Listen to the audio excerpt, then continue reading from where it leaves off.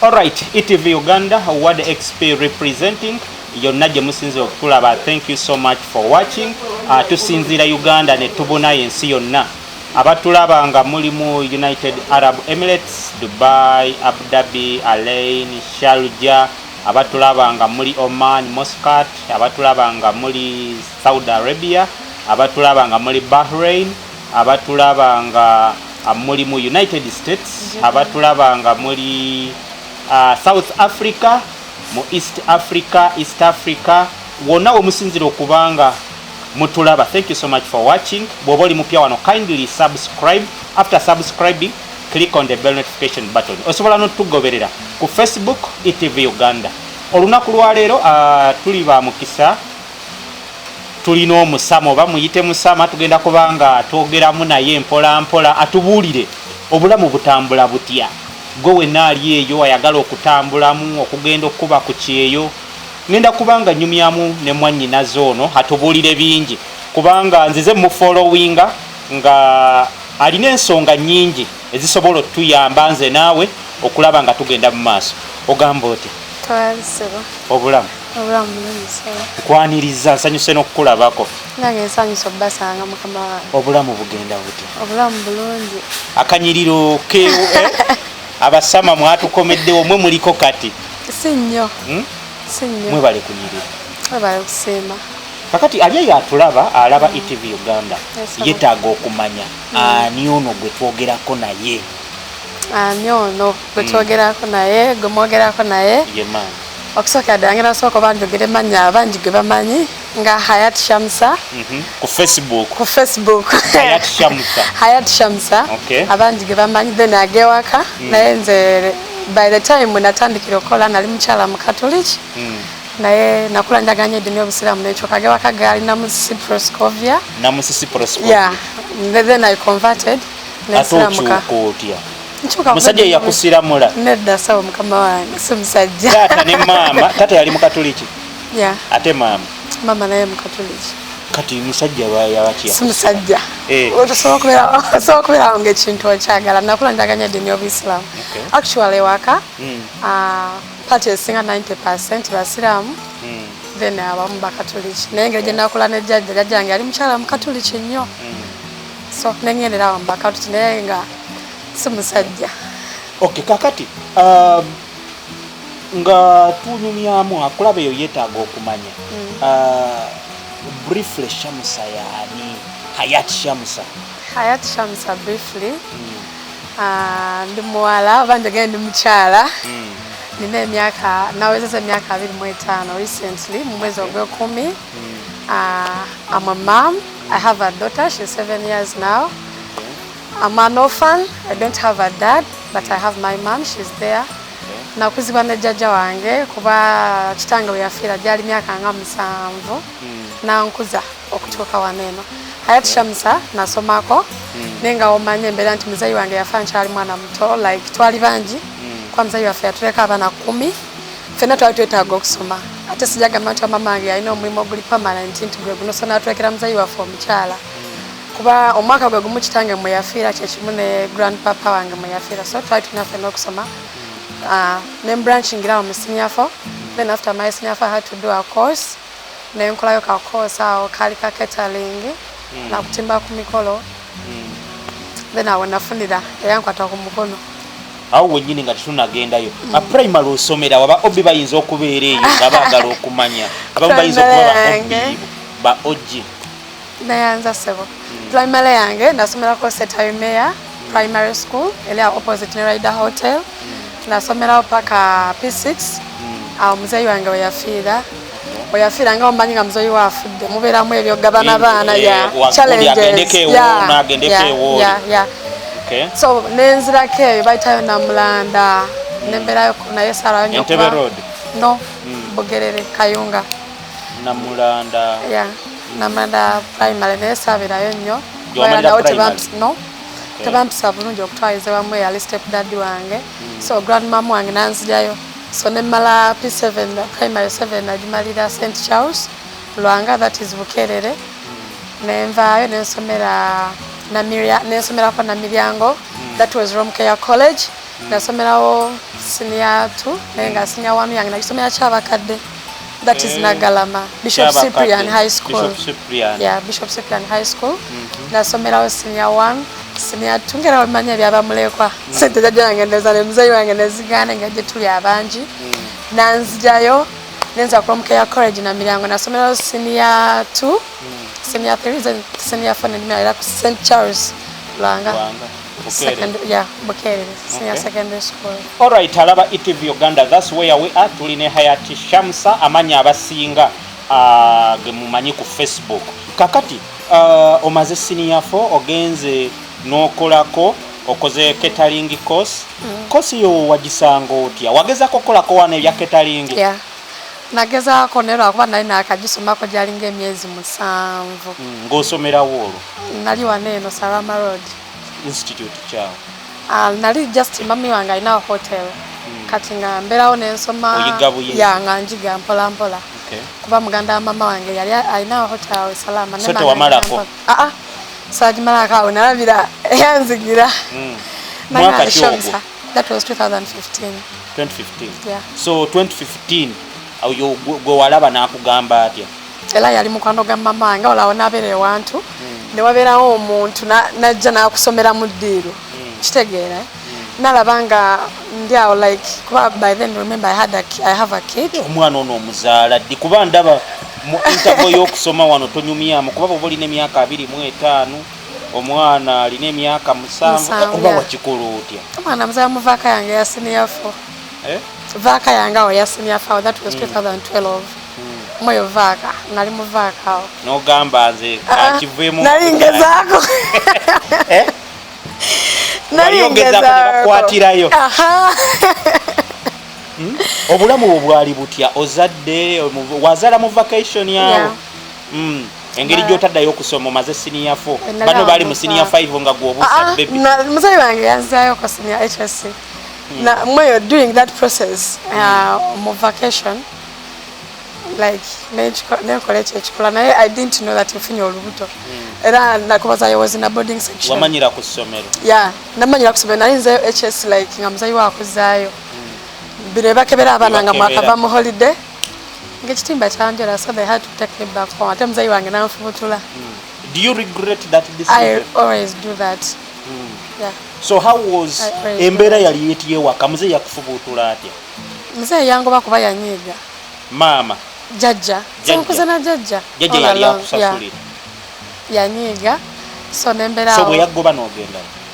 Nagenda mukwano gwange. Olunga nannyini lubuto? Nanyiiga. Olw'ensonga yakimanya nsoma nayo nona future yange. Ate gwe wamanyi osoma nawe lwaki wagendayo? Ndibaawo. Sitaani yakema. Sitaani yakema. Sitaani yakusangawo. Kati olwaha ogenze wa mukwano gwo? Nembere ne mukwano gwange yandabya Mita Dorothy. By the way, I always do thank that friend of mine. Bamitana mayeje Dorothy abereyo Kayunga. I was stranded ngasagala agenda wa Omusajja kuba I wasn't ready for marriage. Eyo Omusajja yagala bufumbo. Ye yangamba nzije mu olubuto atakesakiriza. So I had to go there nengenda nembereyo Kayunga nendabira olubuto lwange mukwano gwange nabera nga bwe nkola kuvadanya njagala nnyo kola. Ngokolera Kayunga era side kyawe Kayunga. Awo Kayunga awo bayitawo Kayunga nodde bayitawo eziti Bukoloto. Ebukoloto mmanyiiro. Yawe Bukoloto ng'okulawo ki? Nali nkola mu kawoteri. Kawoteri yawe Bukoloto? All right, zino hoteli zino ennene zino. Buno obutonotono. Ani awo kufikya? 12,000 buli lunaku. Nga ku shere Bukoloto. Naye mabegakaawo. Emabega awo ku shere nga kuzibbucha. Bano bateekawo ebimeeza awo mu maaso bwemutyompolampala. Nga ku kidde Kayunga. So olwo basajja oweereza emmere olwo oli lubuto. Challenges zibeerawo olina njagala ndukuze nze kafukaata naye nga njagala muteekeko enjala omwana. Exactly. Naye nali nze kati olwo nali maze okutestinga obulamu nga kyenfa I give birth to this kid then nziremu ate ntobe. Did you remain in contact nono guy yakufunyisa olubuto? Yeah. Was he like you're taking obuvunanyizibwa yakulabirira? Yeah. Okay. Yamperezanga sente z'okozesa. Yamperezanga ebyokozesa lwakuba kale yagalanga nnyo ng'enda embeere naye kyesakkiriza. Lero okutabagana obutakanya bwavanga. How old was he? By then he was about 20, 23, 22. Ngaboli I was like 17. yo tumukwate. You said defilement oba tumusonyo. Bamusonyo kubasiga tata wa mwana. All right, that's where we are. ETV Uganda tuline Hayati Shamsa. She has an interesting story. Go wenali eyo. Josobola okuyigirako sister wange, brother wange wenoli eyo. So kati ozadde ozalirera kayunga. Bwenabeera ne mukwano gwange ekisooka nali mufunda like nga omanye nali saddamu kwebakana muntu yenna. Actually oyo mwami wange omusajja gwe nasooka okwebakana naye mbulamu bye bayita okumenya mwana ngate saabikola. Tebakuwa mumbwa bazimpa naye nali mufunda nali mutini ate nali nkyali munafu mukonga wabimanyi. So mwakaseera akatuukako okusumulukuka mbere yekayunga ono gwe nali mbeera nejjuka yali anyamba buyambi n'atya ngamba wayo mwana wa bendi bwanfiirako wano naye kirungi waka waffe baali bamumanyi naye namugamba twogamba beewaka kuba nali nkimanyi waka balina obusungu gyendi. So eryo ebbanga lyonna oli wa mukwano gwo jjajjawo tamanyi nga tamanyi naye nga najjanga nenketta ewaka nateranga okwebba nenzija nenketta ndabekubaganda nga jjajja tomukubirako yadde akasimu cause by that time amasimu gaaliwo namukubiranga naye nga gyalina obusungu gyendi nga mukambwe ennyo ng'akuboggolera waleka sente zange mu ssomero mwana gwe tomanyi nakubye bwebitolo ebita nga bamanyi kale ate nga nali sobola munenya cause ya sacrifice nga buli kimu to make us happy. So okuzaala ozaalirawo mukono health center for ya government yali na Mirembe hospital then opposite bwe nalemererwa namugamba nvuga ntwale mu ddwaliro mukono lya government na oyo mukwano gwange nanteeka mu taxi ne tujje mukono naye era nali ndemereddwa nga bagenda kunsala ne wamala Katonda yakuyamba n'osindi yatya yasigala nga atidde nadduka naga nayita sister wange namukulu wange gwenzalako bamuyita Esther nadduka namuyita namugamba sister okubanza nali muganye nga njagala nfe makaze kuba waka baali banyivu nnyo gyendi mutufu nga sinangeri gye mbafeesi ne mami tewamugambako. By then mama wange yayita nabakulabika like yali tannabakulabika ate like daddy we yafa mama yagenda yanoba Yanoba naye nga omanyi abantu b'ekika family sijagamba nti yanoba kwa teri mukazi agala suulawo mwana we nga ayagala twali bangi twali abaana 6 mu maama oyo kuba last born waffe bamutulugunya kyenyinza okwogera kuba by then last born waffe yali omwaka ogwo twali tuva nga wona ava mu lumbe nti muvudde mu kyalo okuziika tugenda okudde waka nga ennyumba yonna nkaalu nga talina watandika nga ebintu byonna babiggyemu dda so nga talina wayinza tandikira nti oba wano oba wano so naye neyeeyiya bibi yalina okweyiya bibye. You never remained with like her contact? No. Twabera nga tubeera na jjajja. So oli mu ddwaliro ozadde? Nembeera mu ddwaliro. Boyfriend wamukubira essimu nti nzadde? Namulinako obusungu gwe mazima. So you never called him? I called him. Afterwards? Ajja asasule bill?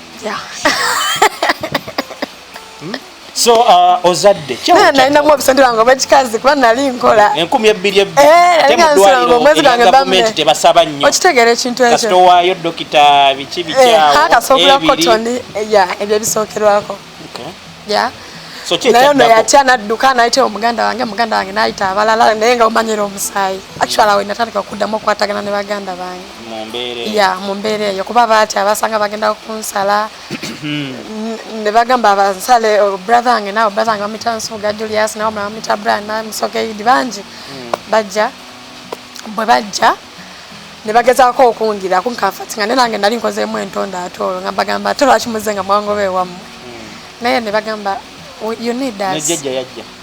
Jjajja yali waka nga afumba byenda alinda nakawere kakati bwe wazaala ki ekyaddako wagenda wa boyfriend waddawa banteka mu motoka ne banvuga ne bantwala wa jjajja wange jjajja abeerawo mukono seeta abeerawo seeta jjajja tukutumiddeko nnyo sookulamuse ku jjajja era omutumire nako jjajja bamuyitaani bale jjajja wange namakula teddy though right now omulwadde pressure zamukuba n'asanyala tava wansi simanyi wenyeza mwebaza naye nga nkwagala nnyo jjajja wange obulamu bwange bwonna butambulirako kati bwewatuuka jjajja tukutumiddeko nnyo wadde exp ku ETV Uganda ne ETV team ne Aaron Bobo gwenkoze naye ku kamera tukutumiddeko nnyo jjajja yonna gy'oli kyemanyi obubaka ojja kubufuna kaakati otuuse wajja jjajja yakutunuulira atya?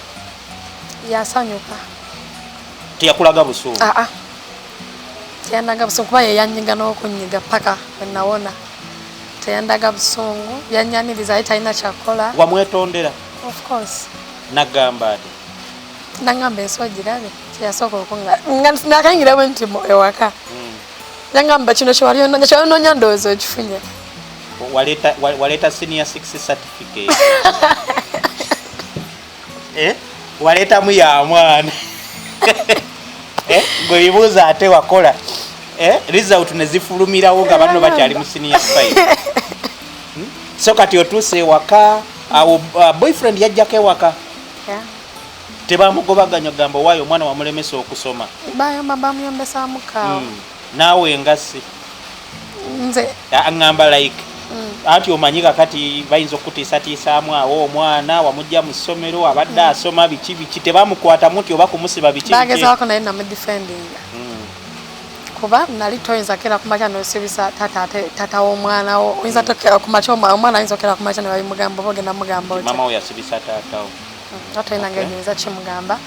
Negayira famire yange ne bamusonyiwa. Najja nalaba omwana era yajja gumunaddayo waka. Are you still in contact with him?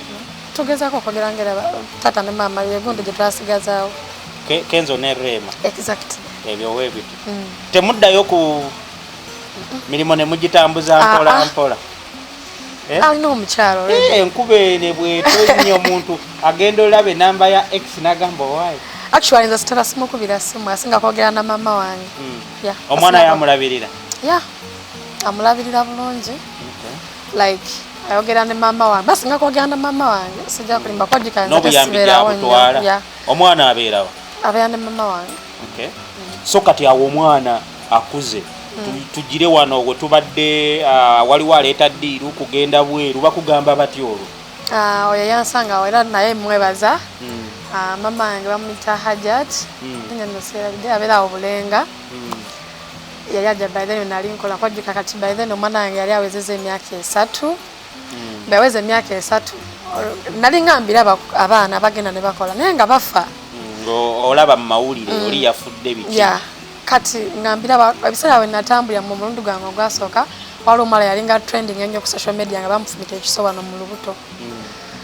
Kati najja nansomera mu ddyo nga namukwano gange ate alaba n'atosasula bw'otuuka eri n'omusasula atotekamu nnyo kinene namugamba ne mama nga nali muyita maama kuba yali mukwano ga mama wange naye nga she's part of my family kuba yali anjagala nnyo up to now. Nangamba wandigenze n'okola kati olina obuvunaanyizibwa kuba by then ntata w'omwana wange sijagamba twali tetukwatagana nnyo ate nga talina nnyo kyampa. Nga talina kyakuwa obusobozi abulina oba nga naye embeera yali ekyali yakweya?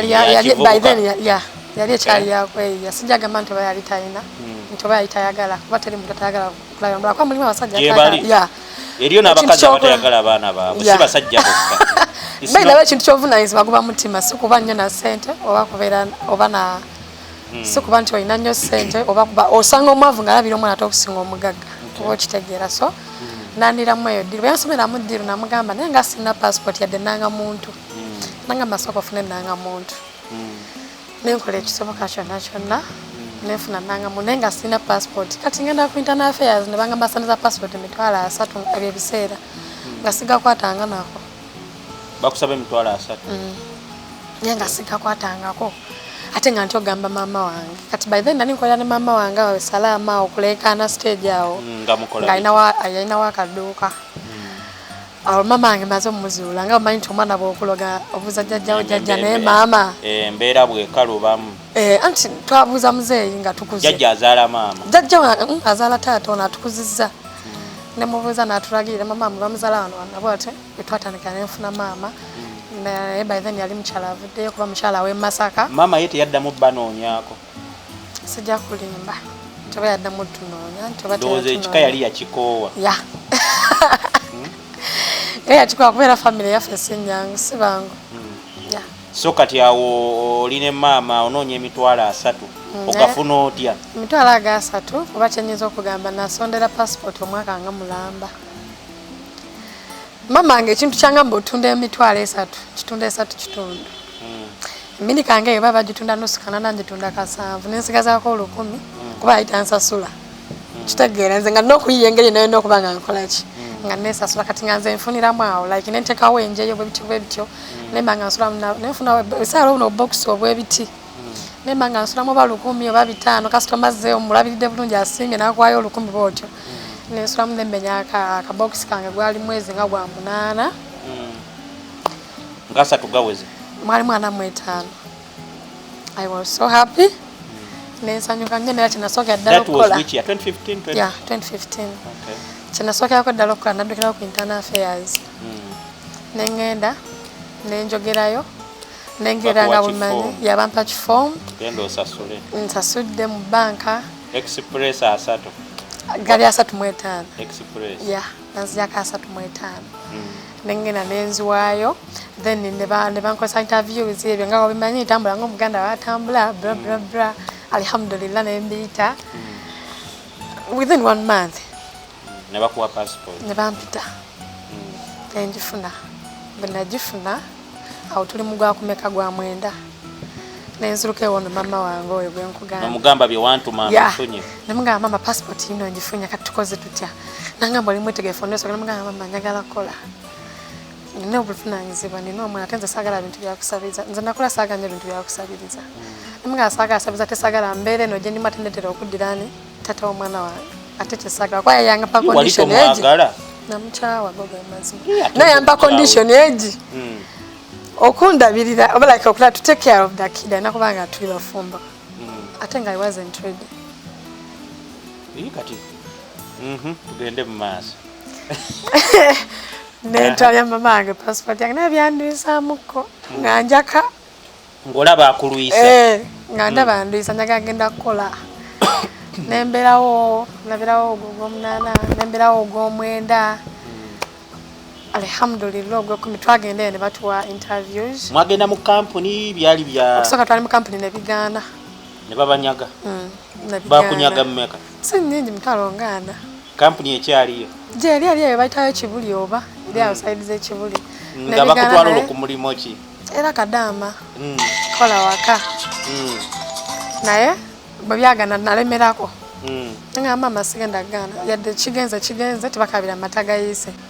Okay, kakati kampuni bakubbye emitwalo nga 45 mwaha mwaddayoko mu kampuni ne muwondera seta wa mwakitabu tie nakita nze nganze nakitoli oli yayagala tukigobe neze mama yakutwalayo okay neze nenkita tewajja mu mbeera nti oba mama ya nakuyannuma nenga tesobola nagamba mama wange ezaana zewatekayo mama wange tamanyi ono kenyini omukyala yampola sente nagamba ogenda eri n'okola sente zange nzaagala ajja zimpa okay kati natya kuba mama nali saagala ate mugamba nze kino kintu ekyange ogusooka nakikola mu nkukutu nga saagala abantu bamanye so kati bwe nemugamba tukireke ne tubeerawo tuba tuli awo n'afunayo omwana wa sister we ng'olwedde ali eri ng'ali Oman naye we yali amaka ge yalimu nga yali office gye yalimu nga alina mukwano gwe ayagala omukozi okola ewaka n'akubira oyo mama wange ngambye best friend wa mama wange yamukubira nanga waliwo aneno direze waliwo oli ayagala mukozi biki akuwa passport akuwa visa akuwa ticket ne wesasulira ebisigadde namugamba sente ezo ngenda zijja wa mama ebisigadde olwo byebiriwa ebisigadde bino yellow book medical bwe bityo kuyita ku kisaawe ebyo jalinga mitwalo 8 mbutufu nga sina gyengenda zijja olwo ng'okkubirako taata w'omwana omugamba omwana mulwadde ali ku ndiri sala bisinga ntera nnyo okukamirikanze kantera nnyo okulwa n'entalo zange era olaba atisikonza okulemererwa nnyo noona nagaana nina brother wange gwe nakubiraawo bamita Julius nemuliiramu naŋŋaana nagamba togenda sakukiza gende wasonde badde osabaze ebyo ze siziina nagamba nkoze ntya nalinamu obuntu bwange obukalu ng'obwekikazi entundatundaawo buntu kyo like nali nguzeyo TV nga ngitadde waka entunda TV yange nalina essimu yange obeera wekka nga mbeera ne mami kati mami teyakugamba owaye TV ate erazeewo nga simugamba bibulawo obubuzi kati bwakomawo nga naye nga alina weyambulizako nanga TV eriwa naye nteesa nti brother wange omutenda brother wange anzirako yali asoma Kyambogo namugamba ma TV nagiwadde brani aligikozesaako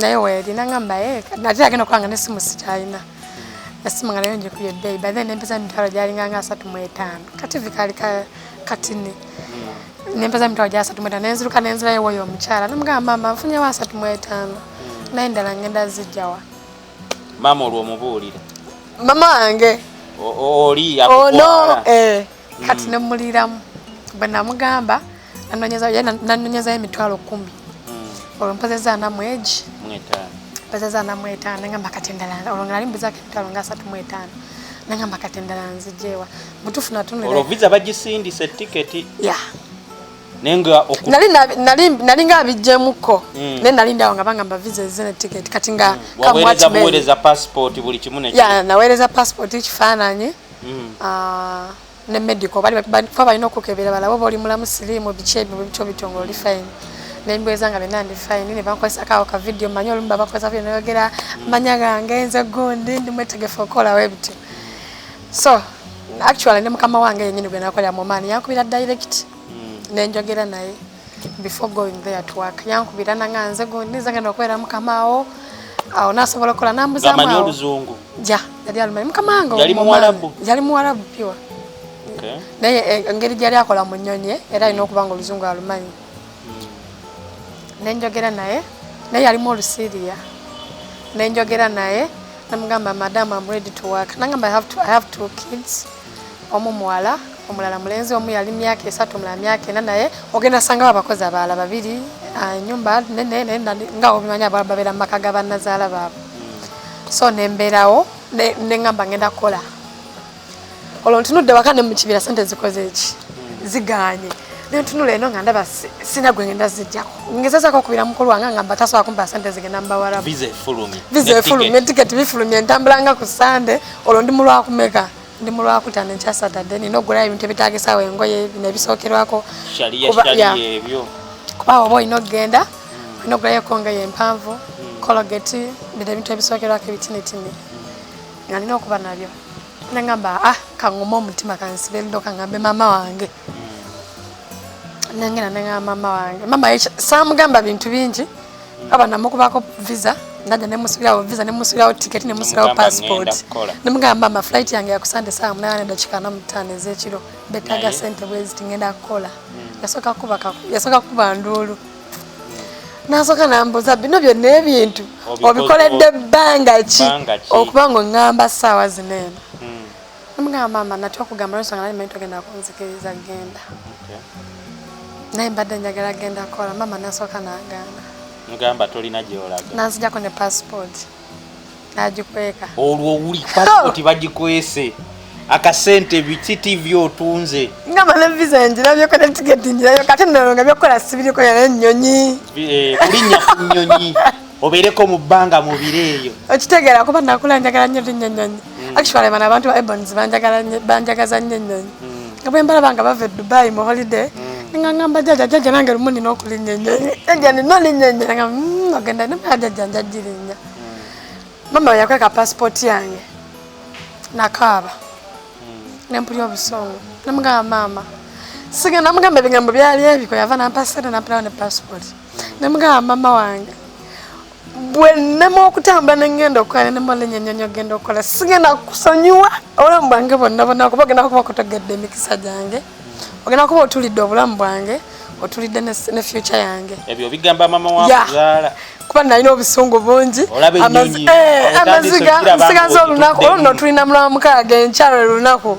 nenfukamira nenkaaba amaziga nemugamba mama nyamba nanga mwana wange ebigenda ku Facebook tobiraba byonna nga stede nga just sente ezo ezetazaaki olwezo za clearance wano okuyita ku kisaawe nga noziweereza oli omukyala negayira mange banaye nenka amaziga mama bwe namugamba ebigambo noza yatwe namugamba mama tunulira omwana wange omwana yamulina yamulina by then baby wange yali myaka 3 nanga omwana omuleka namugamba mwana olina omusigaza omwana wange abeera mwana wo njagala kukola njagala tandika bulamu bwange nemwegayirira nakaaba amaziga nanga biki byotalaba bita ku Facebook namugamba mama abo bulamu bwabwe buli omu abane chance y'embulamu bwe nze nange lekangezesa omukisa gwange bwe mba wakufa ngenda okuba destination yange nenyamba nga mama wange bwoba owulira ngonjagaliza mama yatendera Amaziga ge nalinako ebigambo bye namugamba we bingi kumukumunkaaba nyizize emnyira nsiise nakwata sena nga nzikuwadde nenza bwa moto bagamba nga nti kino ekintu nkibaddemu kirimu ng'alaba nga gyendaga atyayo so bakuwadde emitwalo balance gwe wali oyagala nadduka misinde nozitwalewo omukyala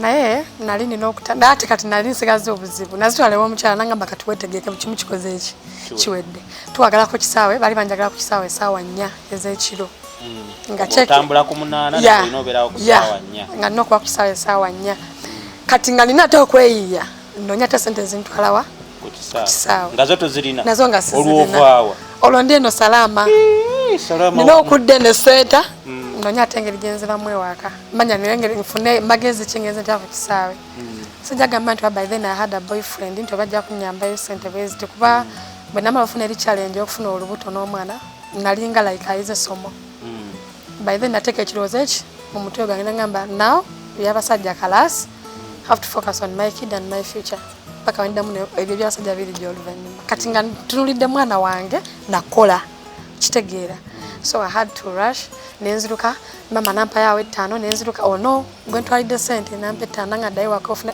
actually omukyala bambi simanyi nakumanya Hayati Kigozi Amina nanonyezaawo ku biteeteeyi bye Hayati Kigozi Amina Ebulenga ETV Uganda tuline Hayati Shamsa tugezaako okunyumya emboozi ye olugendo lwo olw'obulamu kutambula kulinnya nnyonyi kugenda kukola bwa Kadama kati tubuulire ekiro ekyo weebaka sijja kulimba nti neebaka ko naye nesanya nagana okuddamu ekyokulya omanyi oyinza okwebaka nozokuka ku mmande egenyonyi sanamu nakulya kyakulya kyonna wabula natambula nenziruka nenziremu ate nenumba ono nenumba sister wange ono gwenzirako bamuyita Esther nemulira mukuba anyanguyira nnyo actually sister wange ne brother wange bamuyita Brian ne Yidi banyanguyira nnyo ebiseera ebisinga like banamu obuvumo bankyogera ntya they trust me bamanyi kyensobola okuba nekyesobola era kati bonna bazuula nenzire ewaka nenjogera nabo kati oyo brother wange Yidi omuto ono Brian yali asoma by then Yidi nga akola alina workshop akanika masimu atunda masimu nenjogera nemugamba manyi brother ekiriwo ngenda tamba nangamba olagawa ogenda kabwenge ogenda Sudani olagana mukangena linnya nnyonyi nangamba olimba nga wabigobyeko ddi nemukubirawo passport nemukubirawo visa ticket byonna nembimuwa bwe namala obimuwa nangamba katukoze tukakasa nti ye serious kati waka wajjajja wange mu kyalo tutula buli lwa Sunday tulya naye lunch as a family fenna na tutula kati nangamba manyi waka bampita namba bampita lya kikano omanyi sister togenda tosobola kulinya nogenda bwotyo nga tosebuddani jajja kuba ajja kubanga bekaseera akola ki akutubuuza tugende tumugambe kyonna kyanasawo tugende nakyo era kyovala banjagala nnyo jajja wange bwe nagenda jajja namusanga bajjudde olujjuliro ewaka kwaffe tulira ku lujjuliro nga bajjudde emmere zalinga saa 8 bali mu kulya lunch brother wange bonna baaliyo kwa Sunday tubaayo nafukamira nemulaga tiketi nemulaga visa nemulaga buli kimu ekyetaagisa nemugamba jajja wange mbadde nze kumpa mukisa ngenda kukola nangamba kati okuze kyekintu kyasooka okweŋŋamba yaŋŋamba okuze nemugamba jajja nkuze nangamba ensi ogirabye nemugamba jajja ngirabye yensonga lwaki nsazewo ngenda okumawanga nkoleki nkole nambuza ologana nemugamba ngenda omaani ate yeweeyo yatya nangamba ati alina engeri gyakiyita alina engeri gyakiyita mwate imaani yewa nemugamba jajjayo mbawalabu ngenda kukola namuza ogenda kukola mukina nga ngenda labirira abaana namugamba nti ngenda labirira abaana jajja yange kyeyakola yanneesiga amanyi ndi mukyala mugumu nanga nze nankwata wati ku mutwe nansabira gamba muzukulu genda ye yantera mu buteezi sitampa ate kasa yantera mu sitampa n'ekijjulo kye nasangawo ne tulya lwakuba ekyamala enviiri ku mutwe ne nasanga wange omu abeerawo Makindi jajja wange yangamba mukubire kubirako nenga bamanyi abakadde kubirako nasenga wawe ejindi naye akola eki bajja kujjana ne bambuuza omwana yalagawa nakubira sanga wange ekigambo kya segenda kwerabira paka ne genda eno namukubira essimu ne mugamba Senga ekiriwo kyonna bwe kinebwe kitengera tamba n'ennyonyi ssaawa 8 ogw'ekiro ngenda tambula nti olaga wana mugamba ngenda mu Omaani kyeyasooka kungamba nga mwana gwe olina akatuli ku mutwe namugamba te Senga ki kutwala bigenda ku mawulire abaana bafa buli kanaku towuliza programu olwo omusajja yenyinganya okugenda mugamba Senga buli omu n'olunaku lwe just kyenjagala mikisa kuvawa gy'oli yangamba ekintu eki togenda bireke na mama naye alinga ng'omusiru akukiza togenda mweyo bana baganda abasiru bana bakuwaddeyo namugamba Senga nze nsazeewo tewali ankase kikoze okuva ku ntobo ya mutima gwange nagamba okay bwaba tiwosaze sina kyengenda kugamba wabula oba okola kwane sente zigenda okuzza omulambo gwo tetugenda kukusondera koza kasita mugambe ya sister yange yali wawo nangamba jjako essimu kasita omugambe nangamba nze kasita mugambe jjajja yange kasita yankola ya musitampu mama wange naveri nga naye ansabidde kati oyolokera ekisaawe yeah.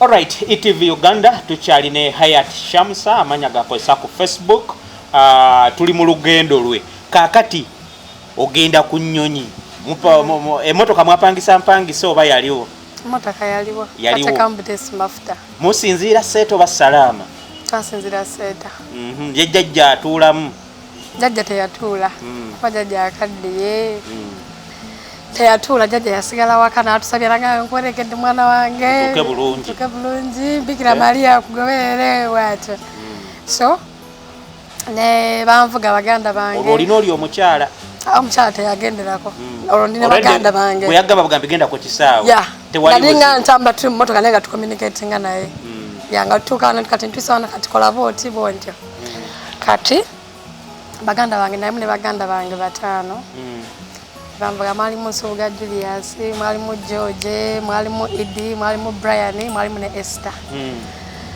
ne bamperekera naye lwakuba baliwe nali ngenda ne bakaaba kyokka ate nga nze mpulira nga balaba obalekawo anti gwe ogenda kulinnya endeege what was your feeling mu time eyo banaye walabanga kwegamba bakuvuga mu mmotoka naye nga gw'oli mubire nalabanga ndi mu state house okutwaliza ewamu kati mutuse ku kisaawe tebakutawaanya sijja kugamba nti byansumbuwa tebyansumbuwa natuuka bungi ku kisaawe kuba nava actually natuuka ku kisaawe waliwo awo bampa briefing nti oyita wano booti nebo era kyanyangula nempitawo buisikasa natuuka eri mu waiting room nempisa engalo mu maaso bamaze okukubira ekitegeera ovudde entebe kati osaze essanyu lyampitirirako n'ennyonyi najingira sitegedde kuba it was my first time okulinya ennyonyi kati kugamba noseka ddala muno gwasanga tudde mu butebe nga simanyi oba ndi mu nnyonyi oba siri mu nnyonyi ng'ogamba weesunako gamba oba yenze ebyabugembe beyagamba ngamba oba ndoota oba ndi mu nnyonyi yennyini nga tudde mu butebe kyekyasinga okusanyusa mu nnyonyi banaye nawulira essanyu sooka otubulirwa n'ennyonyi ng'eye awo nakaaba wabulira otya awo amatu ng'owulira galinga ge baagala amazima nakaaba ng'olaba ate nenekwata naye nga sena we neekwata olabanga abagenda okugwa nga mpulira ebyenda bimpita mu kamwa kweganga sibitega nempulira nga njagala sesema nenkaaba naye nga mpulira akantu kankola amatu awo nakakasaza nti kati siroota kati ndi mu nnyonyi yennyini kakati mugenda mutuukira musikaati nasookera Addis Ababa walinya Ethiopia nalinya ennyonyi 2 nalinya Ethiopian Airlines naye omulundi gwange olunaku lwange olwasooka kuba actually mukama wange yanteekamu ssente kuba natuuka Ethiopia Addis Ababa ng'olwedda lw'emmotoka enninze Addis Ababa nali Ethiopia awo ng'olwedda lw'emmotoka enninze nasula mu hotel olunaku kuba Kadama ogenda kukola waka nawulira ensanyu nga binyuma bijja bagamba abakozi ababonyabonya ne bakuwa buli kimu kyoyagala buli kimu woteri okyagijjukira sisaanaga nti njijjukira so kati bwe wasula mu Addis Ababa nga ennyonyi yali engeddako ekera ku makya ennyonyi yaddako yali ekera ku makya saawa ng'emu kuba natuuka eri saawa nga 11 ez'okumakya naye nga gye nali saamanyira budde bweri naye eringa obudde nga bulinga obuzibye nentukaawo nga waliwo omwami aninze nakuba ekirungi obudde bwe nagendamu yali winta nentukaa nga omusajja omwami aninze nga banzigirawo nga president omundu gwange gwasooka nanyumirwa nnyo ate nga emmotoka ngituddemu bwongu nga te nnene otudde mabega zino emmotoka zibamu fridge mulimu esi mane nga ntudde mabega togiwulirangako akawewaako ate nga mpulira essanyu nga madamu ne banzigulira nentuula okufuluma nga tebanzikiza kweggulira ne bagulawo oluggi nentuula n'okunyira ku hotelo nga kweyandinga president ngera nawo tebanzikiriza nenzigulawo olwo olunaku weebaka siyinza kugamba nti neebaka nakaaba zalisa wa 11 ate olina okukeera ennyonyi ya saawa nali so tired nakowa nnyo nga nnumizibwa nzenna naye ng'ate omutima gundi waka ate natuukawo nga njaga ate kuddayo waka nakaaba mu hotelo mwe nali ngaawo nkuba amasimbo nno nga ntuuse eri amaalo nkuba essimu ate nga ndaa teziyitamu olwo njagala nkubira waka mbagambe nti natuuse kati olwo osuza Addis Ababa omaze olinya ennyonyi endala ogirinya saawa mmeka nagirinnya nga budde bukya nagirinnya kiro olwo nnyini ekiro ekyo natuuka like ku makya saa 11 nensibawo mu hotel then ekiro ekyo kyennyini ekyo kyensibyemu nali nina okuddamu nenya ennyonyi endala actually nze nali simanyi nakumanya paka Oman Muscat paka Muscat. All right, halaba ETV Uganda, that's where we are. Tuline Hayati Shamsa tugezaako okuyita mu lugendo lwe olw'obulamu atambudde alinnye ennyonyi kakati we tuli atuse Muscat katuwumulemu katono nnyo tudde atubuulire obulamu bwa Kadama bwali butambula butya Wad XP gemanya mukyaliko ETV Uganda mbagala nnyo baganda bange yona gye musinziira okutulaba abo Oman bulijjo mu commentinga ne mugamba afe totubuuzaako nine munnammwe wano okyaliyo Oman beeyi yalinnya kati oliwa